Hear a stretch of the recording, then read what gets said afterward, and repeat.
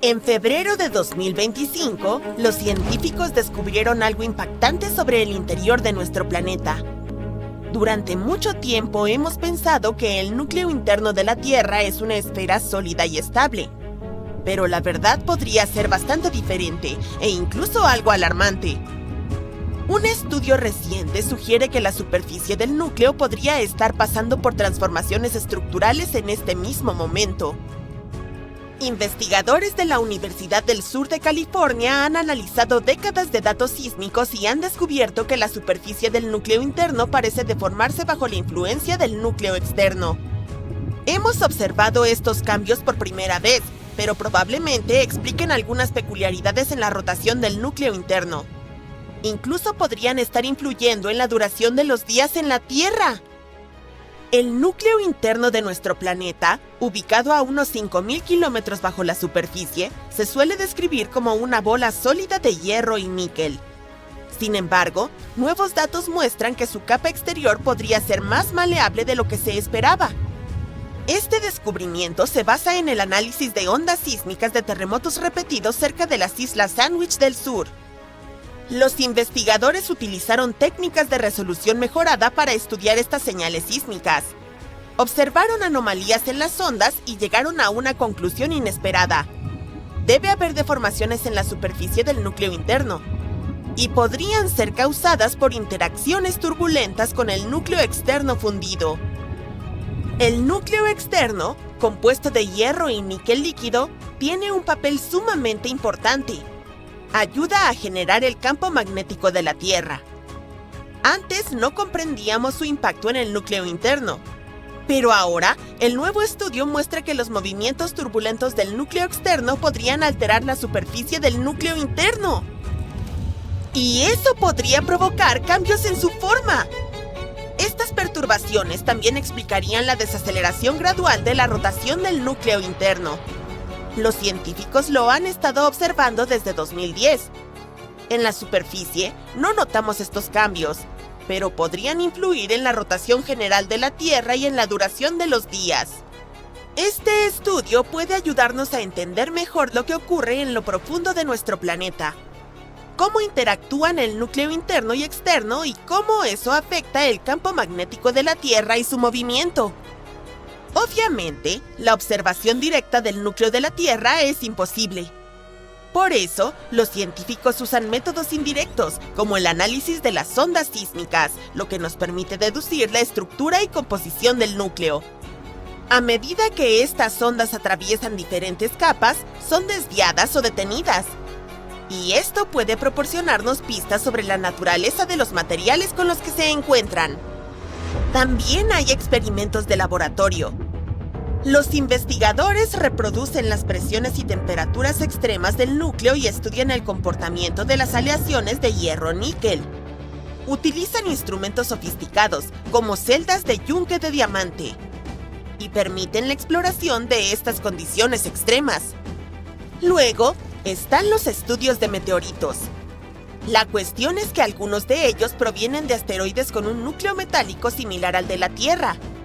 Su composición química a veces proporciona pistas sobre los elementos presentes en las profundidades de la Tierra. Los científicos también crean modelos numéricos. Al combinar datos sísmicos, experimentales y geoquímicos, simulan la dinámica interna del núcleo. ¿Pero qué ocurriría si el núcleo de la Tierra dejara de girar por completo de repente? No está claro, pero podemos hacer suposiciones.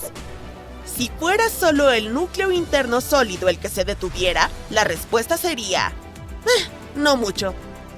Aunque no solo disminuyera su movimiento, lo cual está sucediendo ahora, sino que dejara de girar por completo, el principal impacto sería en la velocidad de rotación de la Tierra. Nuestros días se alargarían. Con el tiempo, esto podría debilitar el campo magnético del planeta, lo cual sería una mala noticia, pero no tan catastrófico como lo que sucedería si el núcleo externo dejara de girar. Es entonces cuando las cosas se pondrían realmente mal. Sin la rotación del núcleo externo, la Tierra perdería su campo magnético, y la pérdida de este escudo protector desencadenaría una reacción catastrófica. Para empezar, las placas tectónicas comenzarían a colisionar de maneras caóticas. Imagina estar en un autobús cuando el conductor de repente pisa los frenos y sales volando hacia otros pasajeros o al suelo. El planeta experimentaría algo similar, pero con las placas tectónicas.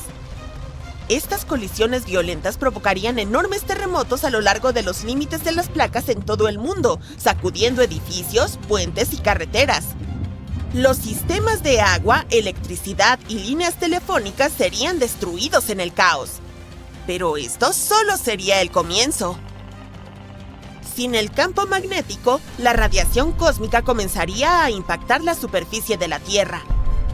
Estas partículas de alta energía provenientes del Sol interactuarían con el oxígeno y el nitrógeno de nuestra atmósfera, dañando la capa de ozono. Esto permitiría que aún más radiación llegara a la superficie de la Tierra, causando aún más daño. Los dispositivos electrónicos fallarían, las redes eléctricas colapsarían y los sistemas de comunicación se apagarían. Pero los efectos no se limitarían solo a los humanos. Todas las formas de vida estarían en riesgo. Muchos animales, como las aves migratorias y las tortugas, dependen del campo magnético de la Tierra para navegar. Sin él, estarían completamente perdidos.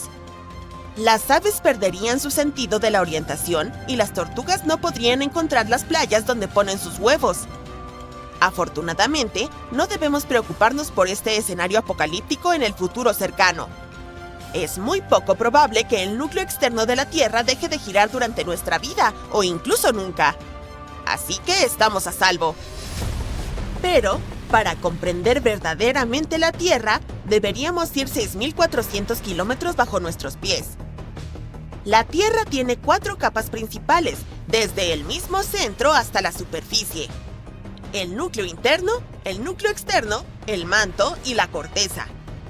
Excepto por la corteza, nadie ha explorado estas capas más profundas en persona. Los humanos han perforado como máximo un poco más de 12 kilómetros y les llevó 20 años lograrlo. En el centro mismo de la Tierra se encuentra el núcleo interno, una bola de metal sólido con un radio de unos 1.200 kilómetros, alrededor de 3/4 partes el tamaño de la Luna. Se sitúa a unos 6.400 a 5.200 kilómetros bajo la superficie. Compuesto principalmente de hierro y níquel, el núcleo interno es muy denso.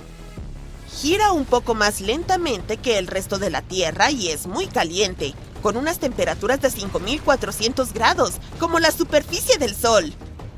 La presión allí es asombrosa, más de 3 millones de veces mayor que la presión que sentimos en la superficie.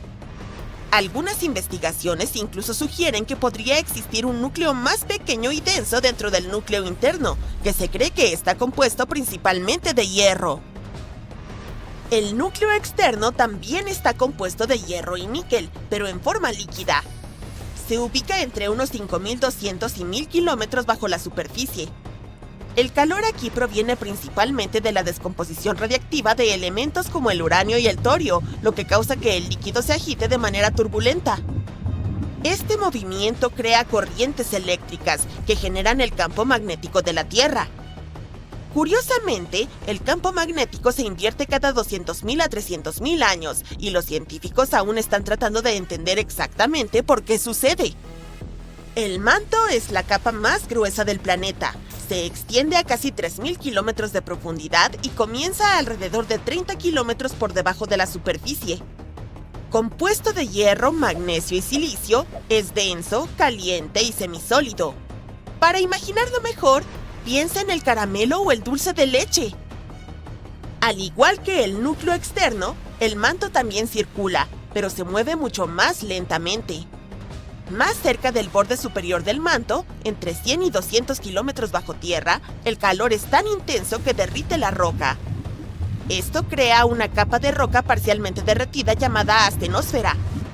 Los geólogos piensan que esta capa blanda, caliente y resbaladiza es lo que permite que las placas tectónicas de la Tierra se muevan y se deslicen. Algunos de los diamantes que encontramos provienen del manto. La mayoría de estos diamantes se forman a profundidades superiores a 200 kilómetros. Sin embargo, los diamantes más raros, denominados superprofundos, pueden formarse a una profundidad de hasta 700 kilómetros. Estos diamantes llegan a la superficie gracias a un tipo específico de roca volcánica llamada kimberlita. La parte más externa del manto es más fría y rígida y se comporta como la corteza que tiene sobre ella. Juntas, esta parte superior del manto y la corteza se llaman litosfera. En cuanto a la corteza misma, es la capa más extensa de la Tierra. Tiene unos 40 kilómetros de profundidad y representa solo el 1% de la masa del planeta. Y sin embargo, contiene toda la vida conocida en el universo.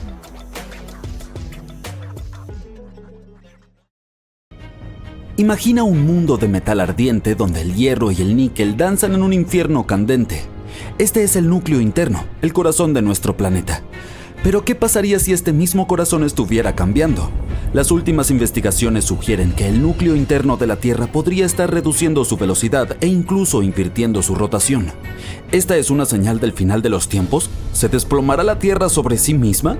¡Vamos a descubrirlo! Imagina que tienes una cebolla gigante y cada capa representa una diferente capa de la Tierra. El centro de esa cebolla, la parte a la que nunca puedes llegar, representa el núcleo interno de la Tierra. Es como una zona misteriosa que nadie ha pisado jamás, pero cuyos secretos los científicos han intentado descubrir durante siglos. Imagina que te sumerges profundamente en el centro de la Tierra, más allá de la corteza, el manto y al final, 2.900 kilómetros bajo la superficie, llegas al núcleo interno.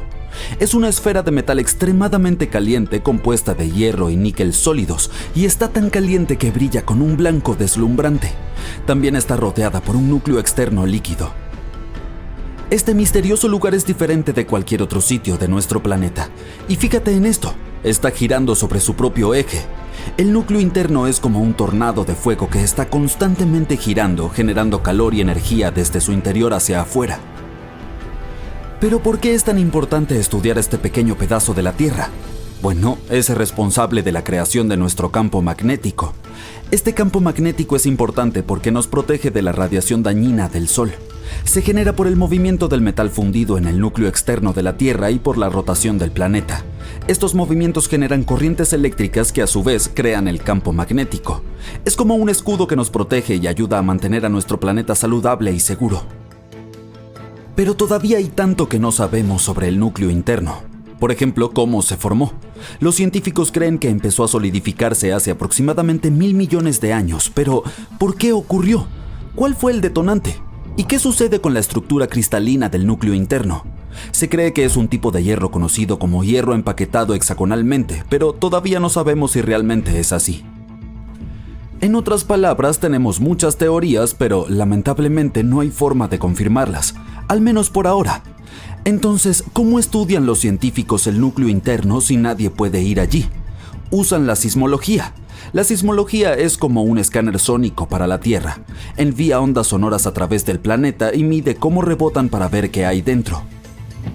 Así fue como descubrimos el núcleo interno allá por los años 30. Imagina que estás escuchando las ondas sonoras con tu máquina especial de sismología. De repente escuchas un sonido extraño, como un ping. Es diferente de otros sonidos a los que estás acostumbrado y no puedes explicar por qué. Sigues escuchando y oyes el ping otra vez y otra vez. Comienzas a darte cuenta de que este ping ocurre cada vez que la onda sonora golpea el centro de la Tierra.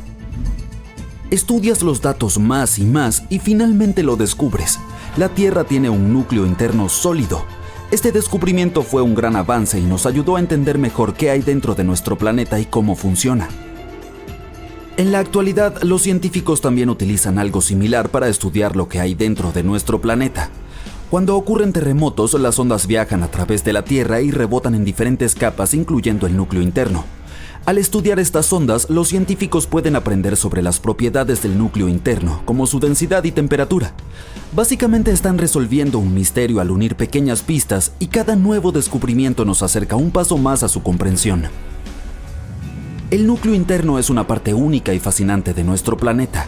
Es un lugar donde las leyes de la física funcionan de manera diferente que en la superficie y del que los científicos todavía intentan desentrañar muchos misterios. Y aquí hay uno de ellos. Por alguna razón, el corazón de nuestro planeta está a punto de dejar de girar. Un nuevo estudio sobre este tema fue publicado en Nature Geoscience por investigadores de la Universidad de Pekín, China. ha revelado un gran cambio. Los científicos descubrieron que la velocidad de rotación del núcleo interno ha disminuido significativamente. Es algo que nadie esperaba, pero según los resultados del estudio, la desaceleración comenzó en 2009. Y eso no es todo. Los resultados también sugieren que el núcleo interno podría estar invirtiendo su rotación. Así es. Esta caliente bola de hierro y níquel que ha estado girando durante millones de años podría estar desacelerándose y cambiando de dirección. Es como cuando un trompo comienza a minorar su velocidad, excepto que esto está sucediendo en el centro de nuestro planeta. Los científicos han estado desconcertados por este descubrimiento durante bastante tiempo. ¿Qué significa todo esto y por qué está sucediendo? Bueno, podría haber un patrón más grande en juego. Los científicos creen que este cambio en la rotación del núcleo interno podría deberse a la influencia del manto terrestre y al campo magnético del núcleo externo de la Tierra. El manto y el núcleo externo están afectando al núcleo interno, lo que causa que su velocidad de giro disminuya y tal vez cambie de dirección. Antes de este estudio, los científicos creían que el núcleo interno giraba más rápido que la corteza terrestre. Sin embargo, esta nueva información sugiere que el núcleo interno podría estar desacelerándose debido al efecto gravitacional del manto terrestre y el campo magnético de su núcleo externo. Pero aquí es donde se vuelve aún más interesante. Cuando los investigadores examinaron más de cerca los datos que se remontan a la década de 1960, descubrieron que la rotación del núcleo interno de la Tierra fue consistente desde finales de la década del 70 hasta principios de la década de 2000. Antes de eso, encontraron que otro posible fenómeno de desaceleración o inversión pudo haber ocurrido a principios de la década de 1970. Es como si el giro del núcleo interno fuera como un viaje en montaña rusa, acelerando y desacelerando y tal vez invirtiendo el curso durante un periodo de tiempo. Los investigadores estiman que estos cambios ocurren aproximadamente cada 7 décadas, lo cual es bastante sorprendente. Pero, ¿por qué ocurre esto? Lamentablemente aún no tenemos idea. Las razones exactas por las cuales el núcleo interno de la Tierra a veces se detiene y comienza a girar en otra dirección aún no se comprenden bien. Sin embargo, se piensa que podría deberse a interacciones complejas entre el núcleo interno sólido y el núcleo externo líquido que lo rodea. Aquí pueden influir muchos factores diferentes: los cambios en la temperatura, la presión y la composición del núcleo, así como el movimiento de material dentro del propio núcleo, entre otros factores. Además, como dijimos antes, el campo magnético de la Tierra y las fuerzas gravitacionales del manto circundante también podrían desempeñar un papel. Necesitamos más investigación para entender por completo los mecanismos detrás de los cambios de rotación del núcleo interno. Entonces, ¿se está acabando el mundo? Afortunadamente no. Todavía no. Aunque el núcleo interno está cambiando de dirección en este momento, no es el fin del mundo. Y si bien los hallazgos pueden parecer algo muy importante, la vida en la superficie de la Tierra no ha sido afectada demasiado, si es que ha sido afectada de alguna manera. De hecho, es solo una parte fascinante de los funcionamientos internos de la Tierra sobre la que aprendemos más cada día. Así que puedes decir con alivio, no está sucediendo nada catastrófico. Además, según Broje Kalsic, un geofísico de la Universidad Nacional de Australia, el núcleo interno ahora está más sincronizado con el resto del planeta que hace una década, cuando giraba un poco más rápido. En definitiva, este nuevo estudio ha añadido un giro extraño a la historia del núcleo interno del planeta, y los científicos creen que todavía hay mucho más por descubrir sobre este misterioso lugar. ¿Quién sabe qué otros secretos están ocultos en el corazón de la Tierra? Las posibilidades son infinitas, así que continuemos investigando y disfrutemos de nuestro tiempo en este asombroso planeta. Dime la verdad. Probablemente piensas que el campo magnético de la Tierra es producto de una gran bola de hierro sólido en el medio del planeta, ¿verdad? Sí, me refiero al núcleo interno. Pero el problema aquí es que en el núcleo interno, las temperaturas son tan altas que el mismo magnetismo del hierro cambia. Una vez que se alcanza una temperatura tan elevada, llamada punto de Curie, los átomos ya no pueden alinearse con un punto magnético. Entonces, en realidad, el campo magnético de la Tierra es creado por el núcleo externo en movimiento, y el magnetismo allí es más de 50 veces mayor que en la superficie. El hierro líquido en el núcleo externo conduce la electricidad a la perfección, lo que ayuda a generar corrientes eléctricas que impulsan el campo magnético. Sin él, nuestro planeta no podría mantener su atmósfera. Como resultado, perderíamos nuestra principal protección contra la radiación espacial extremadamente peligrosa. Pero no fue el núcleo externo lo que nos sorprendió hace no mucho tiempo. Los científicos dicen que el núcleo interno de la Tierra probablemente ha dejado de girar en relación con el manto y la superficie del planeta. Aún más emocionante, podría incluso comenzar a girar en sentido contrario. Pero veamos los detalles. La Tierra está formada por la corteza, el manto y los núcleos externo e interno. El núcleo interno sólido se encuentra a unos 5.000 kilómetros debajo de la corteza. Está separado del manto semisólido por el núcleo externo líquido, sí, el que nos proporciona el campo magnético. Y dado que este núcleo externo es líquido, permite que el núcleo interno gire a una velocidad diferente a la velocidad de rotación de nuestro planeta.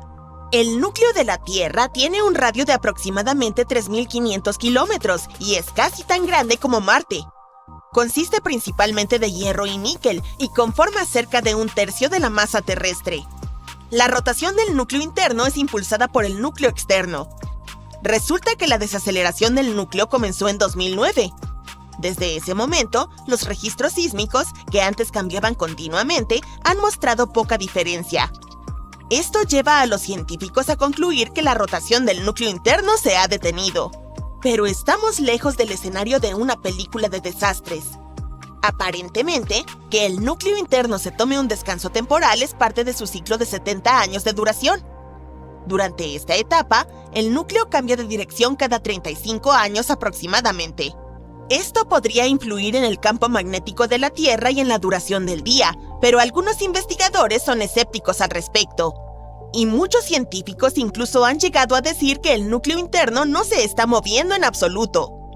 Ok, pero ¿qué pasaría si el núcleo de la Tierra realmente dejara de rotar?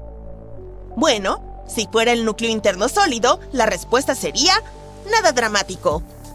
Incluso si no solo invirtiera la dirección de su movimiento, como lo está haciendo en este momento, sino que se detuviera por completo, solo afectaría la velocidad de rotación de la Tierra. Se desaceleraría, haciendo que nuestros días fueran más largos. Además, con el tiempo, probablemente podría degradar el campo magnético de nuestro planeta, y eso serían malas noticias. Pero no tan malas como si el núcleo externo dejara de girar. Como ya sabes, sin la rotación de esta capa, la Tierra tendría que despedirse de su campo magnético. Y así comenzaría la decadencia del planeta. Las cosas empezarían a volverse inestables. Las placas tectónicas comenzarían a chocar entre sí. ¿Sabes? Como cuando vas en el autobús y el conductor frena de repente y terminas volando hacia otros pasajeros desafortunados. Sí, algo así.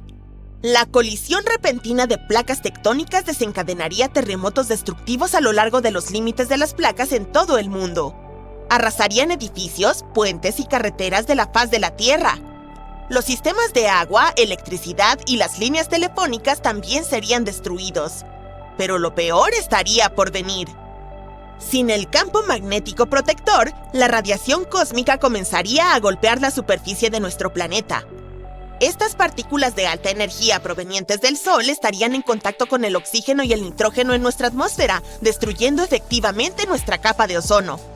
Esto permitiría que aún más rayos cósmicos llegaran a la superficie de la Tierra. La radiación dañaría todo tipo de dispositivos electrónicos y deshabilitaría las redes eléctricas. Y las consecuencias serían desastrosas no solo para las personas, sino para todas las formas de vida en la Tierra. El núcleo detenido haría la navegación del planeta más difícil. Las personas tendrían que empezar a usar mapas de senderos de nuevo, ya que las brújulas se volverían inútiles. Pero también haría más difícil, si no imposible, que los animales migratorios encontraran su camino. Las aves seguirían perdiendo la dirección y las tortugas no podrían hallar las playas donde solían poner sus huevos. Afortunadamente, no necesitamos preocuparnos por este tipo de escenario apocalíptico. Es muy poco probable que el núcleo externo del planeta se detenga en algún momento, si es que alguna vez lo hace. Ahora, ¿quieres descubrir algo genial? Entonces escucha esto. El núcleo interno de nuestro planeta tiene su propio núcleo. Los científicos hicieron este descubrimiento recientemente. Han aprendido que este núcleo dentro del núcleo podría haberse desarrollado hace unos 500 millones de años como resultado de algunos cambios geológicos dramáticos. ¿Qué pasa con los otros planetas? ¿Tienen los mismos núcleos que la Tierra? Observemos a Marte, uno de los vecinos más cercanos de nuestro planeta. Su corazón es del tamaño de la Luna. También es casi el doble de denso.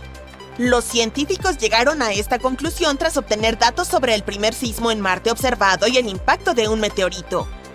Ambos eventos fueron capturados por el módulo de aterrizaje InSight de la NASA, que había estado monitoreando la actividad sísmica en el planeta rojo durante 4 años. Los investigadores también estimaron que es probable que el núcleo de Marte esté compuesto principalmente de una aleación de hierro líquido con una pizca de hidrógeno, oxígeno y carbono. Un día, Marte probablemente tuvo un núcleo rotatorio que sostenía el campo magnético del planeta. Podría haber habido océanos cálidos repletos de vida. Pero luego algo debió haber sucedido, y en un día terrible, el núcleo del planeta rojo se congeló. Eso pudo haber llevado al debilitamiento del campo magnético que alguna vez fue fuerte en Marte. Su atmósfera fue llevada por los poderosos vientos solares que golpeaban el planeta a una velocidad de varios cientos de kilómetros por segundo. Y el planeta rojo se convirtió en un desierto seco y sin vida. Ahora, ¿qué pasa con los gigantes gaseosos? Tomemos el planeta más grande y masivo del sistema solar, Júpiter. Es 2 veces más masivo que todos los demás planetas del sistema solar juntos.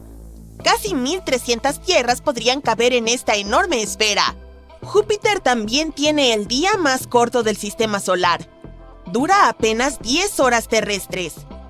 Al mismo tiempo, el gigante gaseoso necesita 12 años terrestres para completar una órbita alrededor del Sol. Júpiter probablemente apareció al mismo tiempo que se formó el resto de nuestro sistema estelar, hace unos 4.000 millones y medio de años. Quizás lo más increíble de este gigante gaseoso es que tiene los mismos ingredientes que una estrella, pero, desafortunadamente, o debería decir por suerte, no ha crecido lo suficiente como para encenderse. Los científicos no saben con certeza cómo es el núcleo de Júpiter. Según la mayoría de las teorías, el gigante gaseoso tiene un núcleo denso compuesto de elementos pesados. Durante su formación, probablemente era una colección de escombros, material helado y otros objetos pequeños, como cometas y asteroides, que se movían con gran rapidez. Gracias a su gravedad mutua, estos fragmentos de materia se juntaron, formando trozos más grandes que luego se convirtieron en el núcleo de Júpiter. En un momento dado, se volvió lo suficientemente masivo como para empezar a atraer hidrógeno y helio. Más y más gases se acumularon alrededor del núcleo hasta que apareció lo que hoy conocemos como Júpiter. También existe la posibilidad de que Júpiter no tenga un núcleo en absoluto. O puede que haya existido una vez, pero desde entonces se ha erosionado. Con suerte, pronto encontraremos respuestas a estas preguntas, ya que Juno, la sonda espacial de la NASA, está orbitando Júpiter y recolectando datos sobre sus campos gravitacionales y magnéticos. Entonces, ¿qué pasa con el campo magnético del gigante gaseoso?, podrías preguntarte. ¿Acaso existe? Oh, no te preocupes. Júpiter está rodeado por un campo magnético enorme llamado magnetosfera. Mira, esta es la corteza de nuestro planeta, su capa más externa y delgada. Y aquí está el manto, es mucho más grueso. Y este es el núcleo. Espera, ¿qué está pasando aquí? ¡Oh no! ¡El núcleo está filtrándose directamente en el manto! ¡Rápido! ¡Tenemos que detener la fuga! ¿Qué quieres decir con ha estado sucediendo por milenios? El núcleo de la Tierra es en realidad algo muy intrigante. Sus propiedades únicas van desde albergar una esfera de metal misteriosa hasta ser casi tan caliente como la superficie del Sol. Pues bien, otra más en esta lista de enigmas. Al parecer, el núcleo de nuestro planeta está liberando gas. ¿Es peligroso? ¿Va a explotar si alguien enciende un fósforo? En realidad no. Todo se debe a que este gas es un isótopo raro llamado helio 3. El helio 3 es una versión del helio que tiene un neutrón en lugar de los 2 habituales. La mayor parte del helio 3 en el universo se creó aproximadamente en la época del Big Bang, así que es algo bastante antiguo. Cuando se formó el sistema solar, este gas quedó atrapado en lo profundo del núcleo de la Tierra. Protegido de colisiones espaciales y otros alborotos cósmicos, permaneció oculto en las profundidades del planeta durante miles de millones de años. Desde hace bastante tiempo sabemos que, ocasionalmente, pequeñas cantidades de helio 3 escapan a la superficie. pero nadie conocía el mecanismo exacto de esta fuga. Hasta hace poco. El avance llegó con el descubrimiento de proporciones muy altas de helio 3 y su contraparte más común, el helio 4, en antiguos flujos de lava en la isla de Baffin. Esta isla se encuentra en el remoto archipiélago ártico de Canadá. Lo más asombroso es que estos hallazgos tienen las proporciones de helio 3 más altas que se han observado en tierra firme. La investigación reveló niveles significativos de helio 3. Esto podría significar que elementos volátiles de la nebulosa solar, esa nube de gas y polvo que dio origen a nuestro sistema solar, han permanecido en el manto terrestre desde las etapas más tempranas de la formación del planeta. El descubrimiento se realizó en unos flujos de lava que entraron en erupción hace unos 60 millones de años, durante la formación de un nuevo suelo marino cuando Groenlandia y América del Norte se separaron. Oye, pero fue de forma amistosa. El equipo de investigación, liderado por Forrest Harden del Instituto Oceanográfico de Woods Hole, utilizó técnicas avanzadas para medir el helio atrapado en los cristales de olivino dentro de las rocas. Estos cristales se formaron antes de que el magma hiciera erupción, lo que ayudó a preservar el helio mientras ascendía desde lo profundo del planeta. Los científicos encontraron alrededor de 10 millones de átomos de helio 3 por gramo de olivino. Esa es una concentración muy alta para la Tierra. El núcleo actúa como un reservorio de helio 3, almacenándolo desde la formación del planeta. Con el tiempo, pequeñas cantidades de este gas escapan hacia el manto a través de procesos como la convección del manto, que es cuando el interior rocoso del planeta se agita y se mueve como agua hirviendo. Las plumas de magma, que aparecen en el manto y ascienden a la superficie, llevan helio 3. Cuando el magma entra en erupción, la mayor parte del helio se libera a la atmósfera. Sin embargo, una parte queda atrapada en cristales dentro de la lava. Así es como los científicos pueden estudiar posteriormente su origen y su movimiento. Bien, sigamos el viaje del helio 3 en las rocas de la isla de Baffin. Comenzó al menos hace 100 millones de años. Es probable que las plumas del manto que transportaban el helio hayan tardado decenas de millones de años en llegar a la superficie. Esto significa que el helio 3 ha estado filtrándose del núcleo de la Tierra durante muchísimo tiempo. También indica que nuestro planeta muy probablemente se formó en una nebulosa solar que contenía helio 3 y otros gases nobles. La isla de Baffin es un lugar ideal para estudiar el interior profundo de la Tierra. Sus rocas volcánicas son restos de antiguos flujos de lava que erupcionaron cuando el Atlántico Norte comenzó a abrirse. Los investigadores viajaron en helicóptero a la remota isla, que cuenta con imponentes acantilados, icebergs e incluso osos polares. Las organizaciones locales ayudaron al equipo a acceder al área y garantizaron su seguridad durante la expedición. El descubrimiento de la fuga de helio 3 del núcleo plantea nuevas preguntas sobre qué otros elementos podrían estar almacenados en las profundidades de la Tierra. ¿Habrá cantidades significativas de otros elementos ligeros, como el carbono y el hidrógeno? Estos elementos son fundamentales para la vida y podrían proporcionar nuevos conocimientos sobre la habitabilidad y evolución del planeta. Por ejemplo, la densidad más baja de lo esperado del núcleo se explicaría por la presencia de estos elementos. Además, comprender el movimiento del helio 3 también podría ayudar a rastrear el comportamiento de otros gases a través del límite núcleo-manto. Pero este no es el único descubrimiento inesperado sobre el interior de la Tierra. Vamos a la meseta de Anatolia Central en Turquía. Allí, la corteza terrestre parece estar goteando lentamente hacia el interior del planeta. Este proceso, conocido como escurrimiento litosférico, todavía moldea la geología superficial de la región. El goteo litosférico ocurre cuando la parte inferior de la corteza terrestre, calentada a cierta temperatura, se vuelve viscosa y comienza a fluir hacia abajo. Imagina un líquido espeso, como miel o jarabe, fluyendo hacia un tazón. Esa es la idea. Hablando de la Tierra, esto ha estado ocurriendo a lo largo de un largo periodo de tiempo. Y a medida que este material se mueve hacia abajo, arrastra la corteza, provocando que la superficie se hunda. Como resultado, vemos nuevas depresiones o cuencas. Una vez que este material pegajoso se separa de la corteza y se hunde más en el manto, la superficie se recupera y provoca que el suelo se eleve. Este ciclo de hundimiento y elevación es lo que crea el paisaje cambiante en regiones como la cuenca de Konya en la meseta de Anatolia Central. Es el mismo sitio donde los geofísicos observaron signos de goteo litosférico.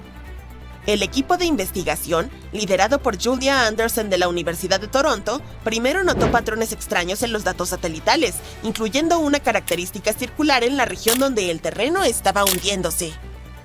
Tras examinar los datos geofísicos bajo la superficie, el equipo identificó una anomalía sísmica en el manto superior y descubrió una corteza engrosada debajo de la cuenca de Konya. Todo esto indica la presencia de material denso, probablemente resultado de un goteo litosférico. El modelo del equipo sugiere que la cuenca de Konya se encuentra actualmente en las etapas finales de este proceso. Mientras que la meseta de Anatolia Central circundante ha estado elevándose durante los últimos 10 millones de años, la cuenca de Konya se hunde a un ritmo de unos 2 centímetros por año. Aunque este número podría parecer pequeño, es bastante significativo en una región que, de otro modo, estaría en ascenso. Ciertos estudios anteriores han demostrado que la meseta de Anatolia Central se ha elevado alrededor de 1 kilómetro en los últimos 10 millones de años. Probablemente, esto ocurrió debido al goteo litosférico. Sin embargo, el descubrimiento de la cuenca de Konya revela que este proceso no es único, sino que puede ocurrir varias veces en diferentes regiones. La gota inicial que formó la meseta de Anatolia Central probablemente causó hechos secundarios que llevaron a la formación de la cuenca de Konya. Para validar su modelo, los investigadores llevaron a cabo un interesante experimento de laboratorio que simuló el proceso de goteo litosférico. Utilizaron un tanque lleno de un polímero de silicona altamente viscoso, que actuó como un sustituto del manto inferior de la Tierra. También usaron una mezcla de arcilla de modelado para el manto superior y esferas de cerámica y arena de sílice para simular la corteza. Se insertó una semilla densa en la capa superior del manto para iniciar el escurrimiento. Durante los días siguientes, los investigadores observaron que el escurrimiento descendía lentamente. Dentro de 10 horas, comenzó a caer. A las 50 horas, se había iniciado un escurrimiento secundario. Los resultados confirmaron que, incluso sin movimiento horizontal en la corteza, el proceso de escurrimiento hacía que la superficie descendiera, formando una depresión similar a la cuenca de Konya. Este experimento ha demostrado que el goteo litosférico puede causar deformaciones verticales incluso sin movimientos horizontales. Además, ha probado que un suceso puede desencadenar más goteos que pueden cambiar la superficie de la Tierra. Este descubrimiento ayuda a los científicos a comprender mejor cómo se comporta la corteza terrestre a lo largo del tiempo y cómo los procesos tectónicos pueden afectar el paisaje. Bien, ¿qué tal un dato extra? En 1692, Edmund Halley, este tipo famoso por darle su nombre al cometa Halley, sugirió que la Tierra podría ser hueca. Imaginó capas debajo de la corteza, con 2 cáscaras concéntricas y un núcleo del tamaño de Mercurio flotando en un gas brillante. Llegó incluso más lejos, especulando que estas capas internas podrían estar habitadas. Esta idea sorprendente inspiró la famosa novela Viaje al centro de la Tierra de Julio Verne. ¡Guau! Hace aproximadamente 2.000 millones de años, un asteroide masivo chocó contra la Tierra. Dejó detrás de sí destrucción total y lo que ahora conocemos como el cráter de Vredefort en Sudáfrica. Y presta atención a esto. Este invasor del espacio podría haber sido mucho más grande de lo que los científicos pensaban al principio, posiblemente el doble del tamaño del asteroide que acabó con los dinosaurios. Hoy en día, el cráter de Vredefort tiene aproximadamente 159 kilómetros de ancho, lo que lo convierte en el cráter visible más grande del mundo. Pero técnicamente aún es más pequeño que el de Chicxulub en México. Este último tiene alrededor de 180 kilómetros y fue dejado por el famoso impacto que acabó con los dinosaurios hace 66 millones de años. Pero lo cierto es que los cráteres no permanecen iguales para siempre. Con el tiempo, la erosión los desgasta. Por eso empiezan a parecer más pequeños de lo que solían ser. Y los científicos piensan que cuando el cráter de Vredefort se formó por primera vez, podría haber alcanzado los 280 kilómetros de ancho. Eso significa que fue el sitio de impacto más grande que la Tierra ha visto, aunque hoy en día parezca más pequeño. Solo imagina lo impresionante que debió haber sido ese impacto. Una roca espacial tan enorme habría enviado ondas de choque a través del planeta, provocado incendios forestales masivos y cambiado el clima por completo. El asteroide probablemente golpeó la Tierra a una velocidad muy, muy alta. Pero como esta catástrofe ocurrió hace miles de millones de años, mucho antes de que los dinosaurios o incluso la vida compleja viera la luz del día, no acabó con nada como lo hizo el asteroide Chicxulub. Al mismo tiempo, recientemente, investigadores se han dado cuenta de que el asteroide podría haber sido aún más grande de lo que pensaban anteriormente, hasta 25 kilómetros de ancho. En cuanto a la velocidad con la que se estrelló en la Tierra, podría haber alcanzado unos asombrosos 90,000 kilómetros por hora. Bueno, pero ¿podemos descubrir qué tan grande era Vredefort originalmente? Ha sido un verdadero quebradero de cabeza. El problema principal es que es súper antiguo. Estamos hablando de 2,000 millones de años. No es de extrañar que durante tanto tiempo la erosión lo haya desgastado. Entonces, es difícil saber qué tan enorme fue alguna vez.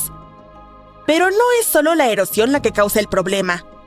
Con los años, se han acumulado nuevas capas de roca sobre partes del cráter y han cubierto la mayor parte de la estructura original.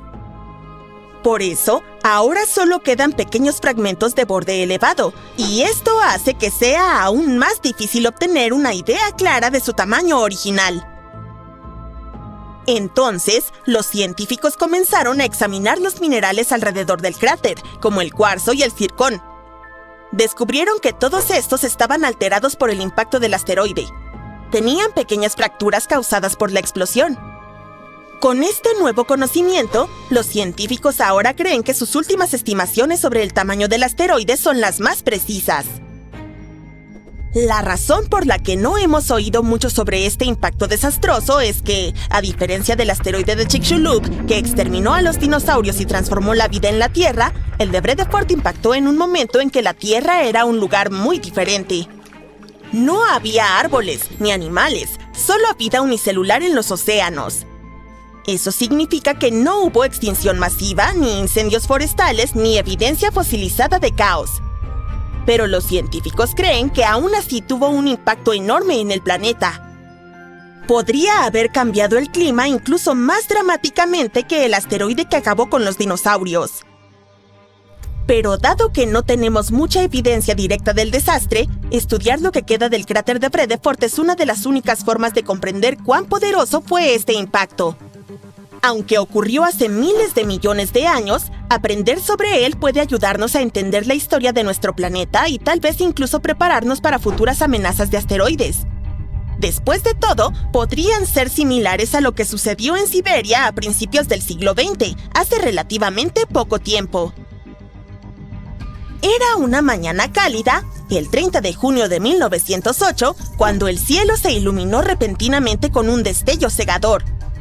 Lo que siguió fue una explosión tan poderosa que permaneció como un misterio durante décadas. Conocido como el evento Tunguska, fue uno de los desastres más desconcertantes de la historia. Los científicos sospechaban que era el impacto de un asteroide, similar al que provocó la extinción de los dinosaurios. Pero había un inquietante problema. Nunca se encontró ningún cráter. La explosión golpeó profundamente en los lejanos bosques de Siberia, cerca del río Podkamennaya Tunguska. El suceso fue más allá de cualquier cosa vista antes. Arrasó alrededor de 80 millones de árboles en un área de 2,150 kilómetros cuadrados. La fuerza del evento fue asombrosa. Fue lo suficientemente fuerte como para devastar el paisaje, quemar el suelo y eliminar a incontables animales. Según testigos, había un resplandor extraño en el cielo, seguido por una bola de fuego con una intensa luz azulada. Era más brillante que el sol. Momentos después, hubo una explosión ensordecedora. La onda expansiva fue tan poderosa que rompió ventanas a cientos de kilómetros de distancia y la gente fue derribada. Sin embargo, a pesar de la destrucción, la fuente de la explosión no dejó rastro evidente. Más tarde, los científicos finalmente comenzaron a entender lo que había ocurrido ese día. Imagina un meteoroide que entra a toda velocidad en la atmósfera terrestre y se transforma en un meteoro ardiente. Viaja tan rápido que el aire frente a él se comprime y calienta, lo que lo prende en llamas. Pero es tan grande que no se desintegra simplemente. De repente, explota. Cuando eso sucede, la explosión libera tanta energía que se propaga una potente onda de choque. Y como la explosión ocurre en el aire, no deja un cráter de impacto. A principios del siglo XX, con la tecnología limitada y la ubicación remota, los científicos se enfrentaron a un enigma. Solo mucho después concluyeron que había sido una explosión aérea, donde un objeto explota en lo alto de la atmósfera, sin tocar el suelo, pero liberando suficiente energía para devastar el área. Muy probablemente era un asteroide gigante del tamaño de un edificio de 25 pisos. Podría haber viajado a unos 53.900 kilómetros por hora y haber explotado a entre 5 y 10 kilómetros sobre la superficie de la Tierra. Otra historia sorprendente ocurrió a finales de los años 90, pero no fue la Tierra la que se vio afectada. Un cometa, el Shoemaker-Levy 9, quedó atrapado en la órbita de Júpiter. Un día, se acercó demasiado y la inmensa gravedad del planeta lo rompió en pedazos, convirtiéndolo en un montón de fragmentos. Algunos de ellos tenían un tamaño de hasta 0,8 kilómetros de ancho. Los científicos estaban intrigados porque no sabían qué sucedería cuando esos fragmentos impactaran el planeta. Y en julio de 1994 llegó el momento. Los fragmentos del cometa comenzaron a estrellarse contra Júpiter, uno tras otro. Durante 6 días, 21 pedazos chocaron contra el planeta a velocidades vertiginosas, como 60 kilómetros por segundo. Eso es más de 209 kilómetros por hora. Los impactos fueron tan poderosos que calentaron la atmósfera de Júpiter a unos increíbles 29.400 grados Celsius, que es mucho más caliente que la superficie del Sol. Cada vez que un fragmento impactaba, lanzaba enormes columnas de material desde Júpiter, como cuando arrojas una piedra en un estanque, pero muchísimo más grande. Algunas de estas columnas se dispararon casi 3.000 kilómetros hacia el cielo. Posteriormente, grandes cicatrices oscuras aparecieron en la atmósfera de Júpiter y permanecieron visibles durante meses mientras los escombros se dispersaban por el planeta. Pero esto no fue solo un evento espacial fascinante. Los científicos realmente aprendieron mucho de ello. Esas oscuras marcas de impacto los ayudaron a rastrear los vientos en la estratosfera de Júpiter. Los choques incluso causaron cambios temporales en las brillantes auroras de Júpiter, lo que mostró que el campo magnético del planeta fue afectado por las partículas de las explosiones. Además, los fragmentos del cometa no solo desordenaron todo, sino que también dejaron nuevos químicos en la atmósfera de Júpiter. Asimismo, algunos de estos fueron exhumados de la atmósfera inferior. Algunas moléculas, como el amoníaco, se descompusieron con el tiempo, pero otras, como el cianuro de hidrógeno y el agua, aún flotan alrededor de Júpiter hoy en día. Esto ayudó a los científicos a comprender cómo diferentes químicos reaccionan y se mezclan en la atmósfera de ese planeta. El cometa Shoemaker-Levy 9 fue un llamado de atención. Demostró que las colisiones espaciales masivas aún ocurren en nuestro sistema solar. Esa es una gran razón por la cual la NASA comenzó a investigar cómo podemos rastrear y prepararnos para futuros impactos que puedan amenazar la Tierra. Ya sea aprendiendo más sobre asteroides y cometas o sobre cómo los impactos gigantes moldean los planetas, la importancia de tales descubrimientos es innegable. Antes de que un terremoto sacuda el suelo, algo furtivo podría suceder. Un movimiento lento y silencioso sin ninguna sacudida. Nadie está consciente de que justo bajo sus pies, la Tierra junta fuerzas para temblar violentamente y causará estragos, destrucción y devastación. Un nuevo estudio muestra que un movimiento lento podría ser la forma en que comienzan los terremotos. Para resolver esto, los científicos no comenzaron con grandes piezas de la Tierra. En su lugar, entraron a un laboratorio y usaron láminas de plástico transparente llamadas plexiglass. Empujaron 2 láminas de plexiglass de lado una contra la otra, de la misma manera en que las placas tectónicas, enormes bloques de la corteza terrestre, se empujan entre sí bajo tierra. Mientras empujaban, el plástico se resquebrajaba, tal como la Tierra durante un terremoto. Y aunque era plástico y no roca, la física, la manera en que las cosas se rompen y se mueven, era la misma. Los terremotos ocurren cuando 2 placas tectónicas se deslizan en relación a la otra, pero se quedan atascadas. Los bordes entre ellas no se mueven fácilmente debido a algo llamado fricción. Es algo así como cuando tus zapatos se agarran al suelo. Con el tiempo las placas siguen moviéndose y se acumula el estrés. Es como doblar un palo. Al principio no se rompe, pero si sigues forzando, en algún momento se quebrará. El punto donde las placas están atascadas se llama falla, y hay una parte delgada y frágil en esa falla. Al decir frágil, me refiero a que no se dobla, simplemente se rompe. Así es como sucede. Primero se forma una grieta, es pequeña y se mueve lentamente.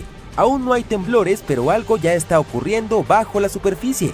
La grieta se extiende, acumulando más energía. Cuando finalmente llega al borde de la zona frágil, ¡boom!, acelera, avanzando muy rápido, casi a la velocidad del sonido, y es entonces cuando la Tierra comienza a temblar. Entonces los científicos decidieron averiguar cómo comienza esa primera grieta. Llevaron a cabo su experimento, cuya configuración era similar a un tipo de falla en el mundo real llamada falla de deslizamiento lateral, como la falla de San Andrés en California. Aunque los materiales son diferentes, la forma en que se forman y se mueven las grietas es similar.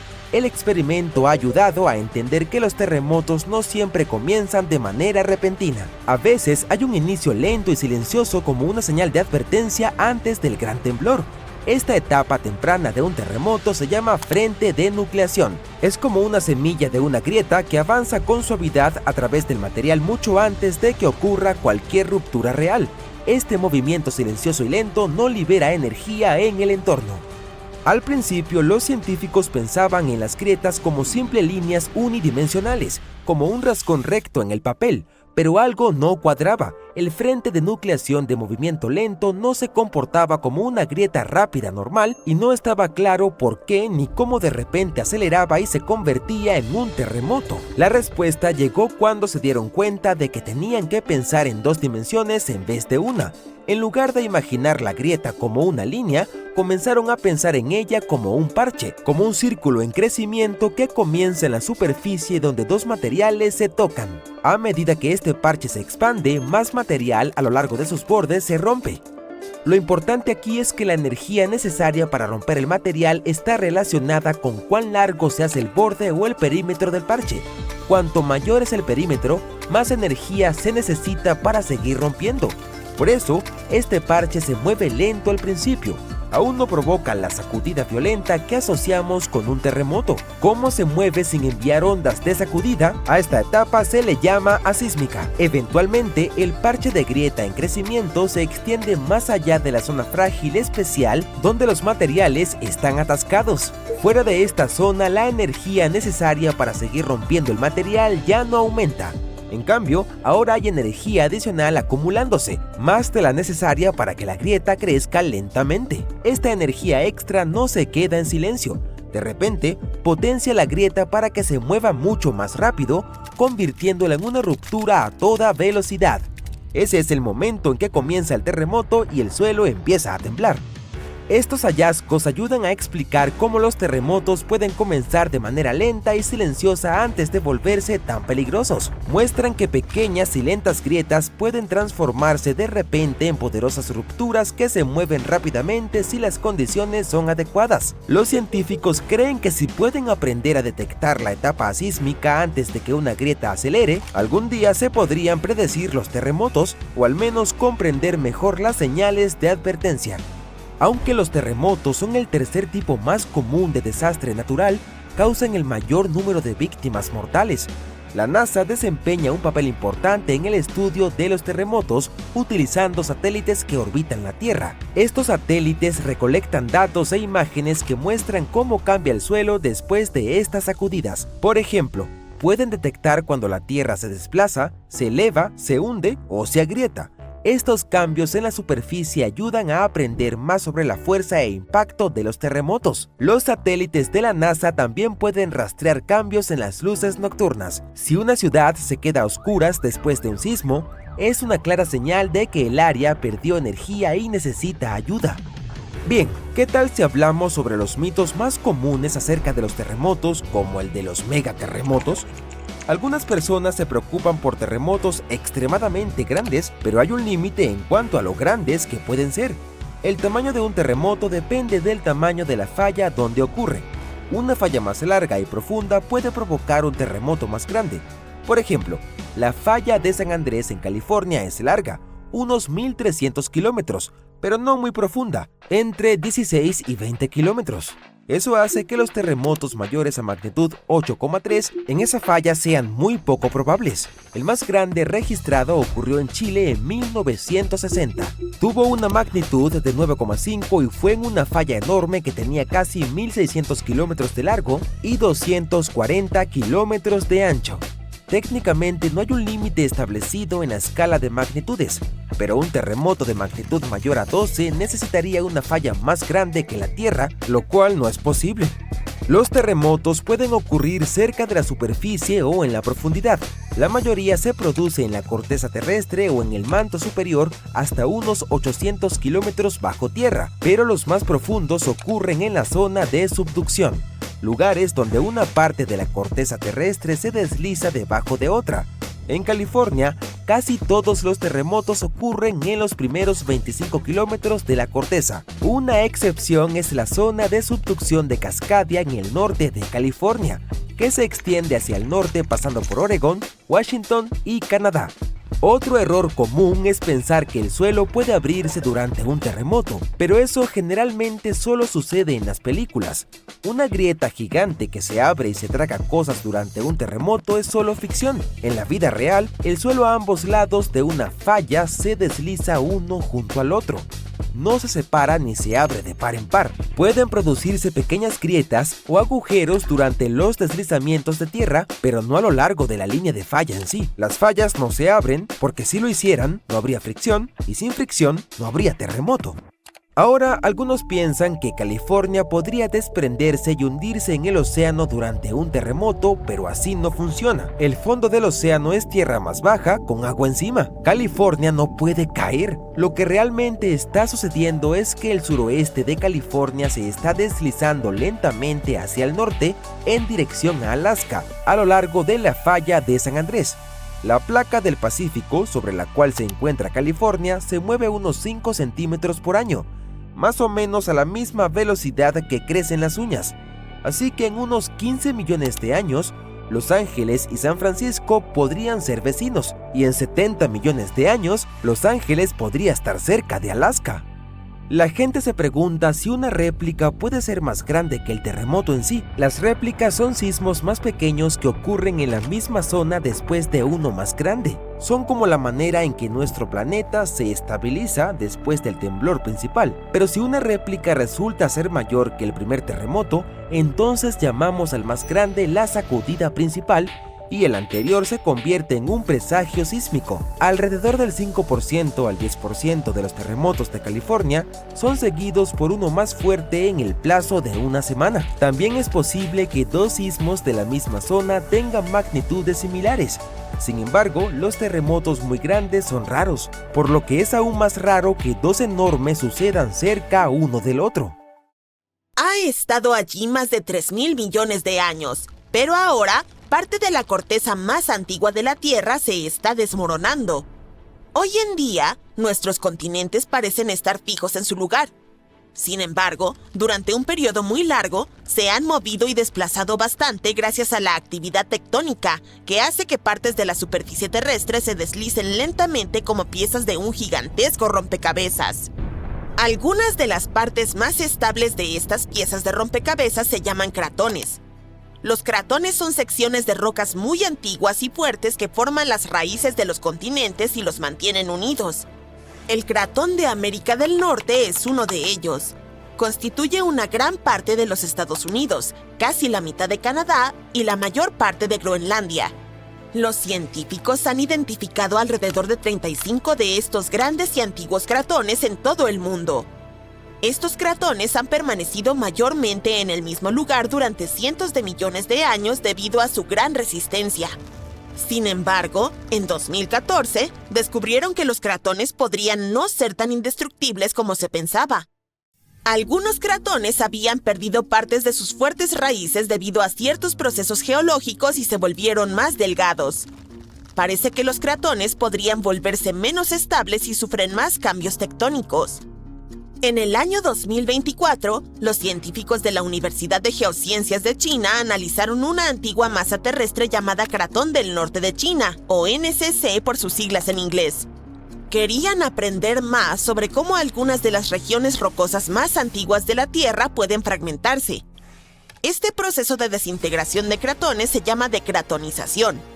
El NCC es muy interesante de estudiar porque tiene tres partes principales: el bloque occidental, el bloque oriental y el orógeno transnorte de China, una zona que se encuentra entre los dos bloques.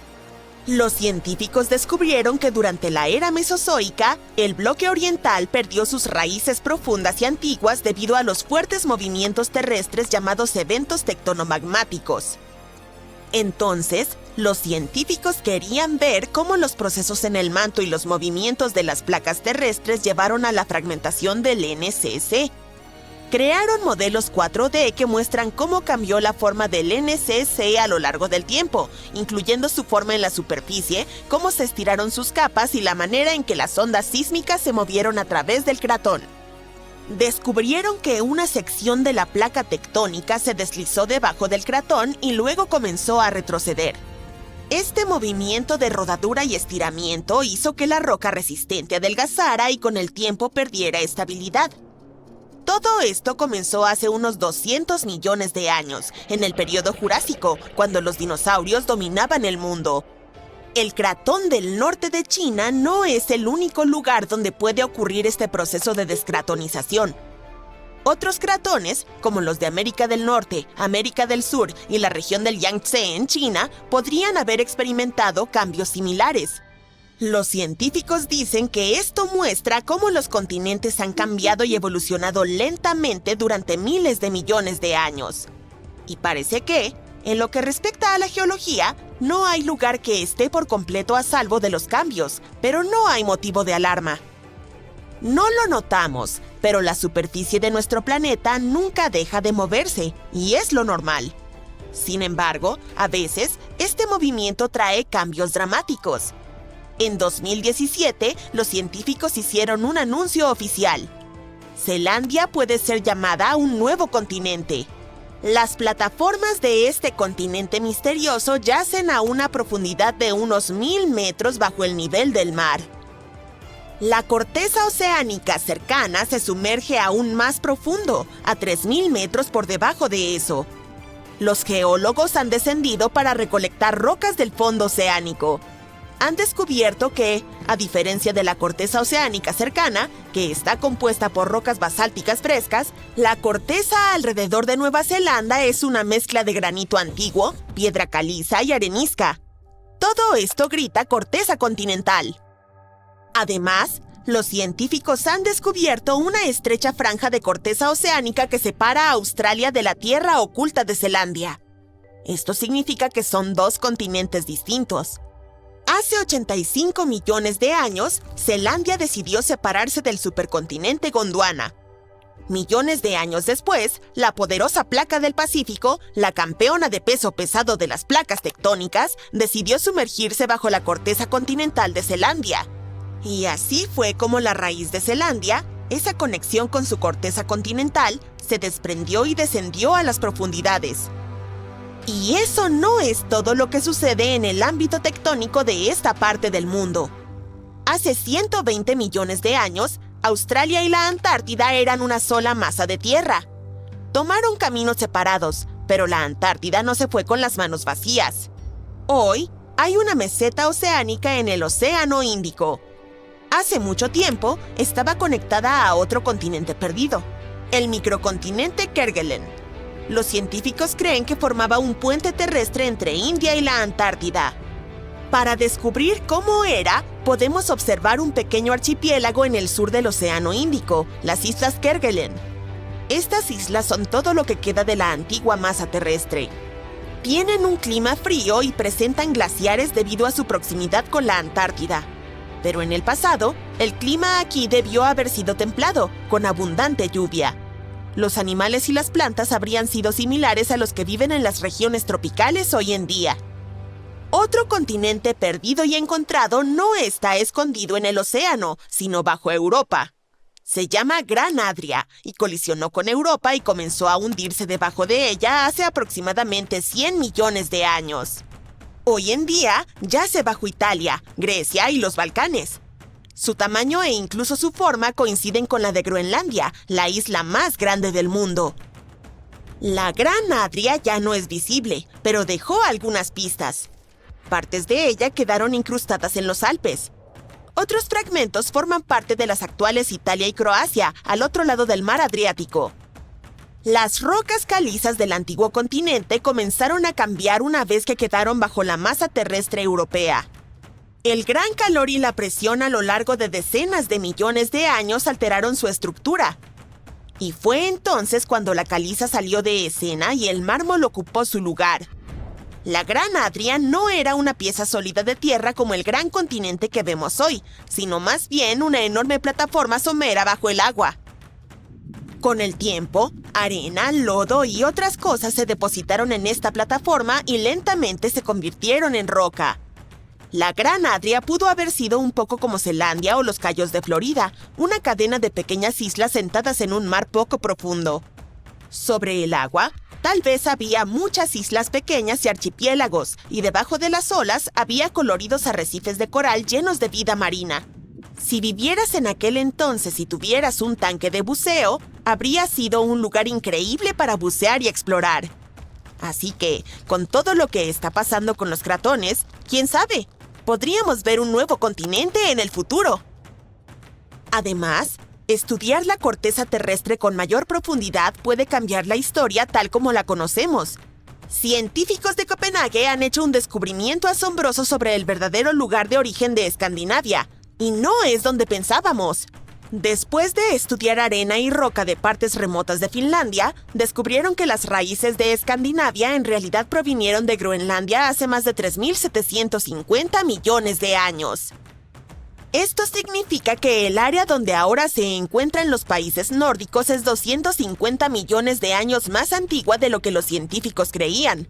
Y lo sabemos ahora gracias a pequeños cristales llamados zircones encontrados en las arenas de los ríos finlandeses. Cuando los científicos analizaron su composición química, se dieron cuenta de que la antigüedad de los cristales coincidía con las rocas halladas en Groenlandia, no en Escandinavia. Utilizaron técnicas especiales para analizar elementos como uranio, plomo, lutecio y hafnio, y determinaron que la base rocosa de Escandinavia probablemente se separó de Groenlandia hace miles de millones de años. Una pequeña semilla de tierra comenzó a derivar a través de la superficie de la Tierra durante cientos de millones de años. Esta pieza finalmente se asentó donde hoy está Finlandia. Con el tiempo, nuevas capas de roca se formaron alrededor de esta semilla y lentamente se convirtieron en la Escandinavia que vemos en los mapas hoy en día. El mismo estudio podría ayudarnos a replantear cómo se formaron por primera vez los continentes en la Tierra. La teoría más aceptada es que la corteza continental comenzó a crecer justo cuando se formó el planeta, hace aproximadamente 4.600 millones de años. Pero nuevos estudios muestran señales de que los continentes recién empezaron a crecer 1.000 millones de años después. Los científicos explican que los continentes pueden haber comenzado como pequeñas semillas de corteza antigua en diferentes lugares. Con el tiempo, estas semillas crecieron y formaron las masas terrestres que conocemos hoy. Estas antiguas semillas no solo se encuentran en Escandinavia, sino también en Australia, Sudáfrica e India. Los científicos no están seguros de si todas estas semillas provienen del mismo lugar o si crecieron por separado en diferentes partes del mundo. Así que todavía queda mucho por aprender y los científicos tienen que seguir investigando si todas estas antiguas semillas están relacionadas entre sí.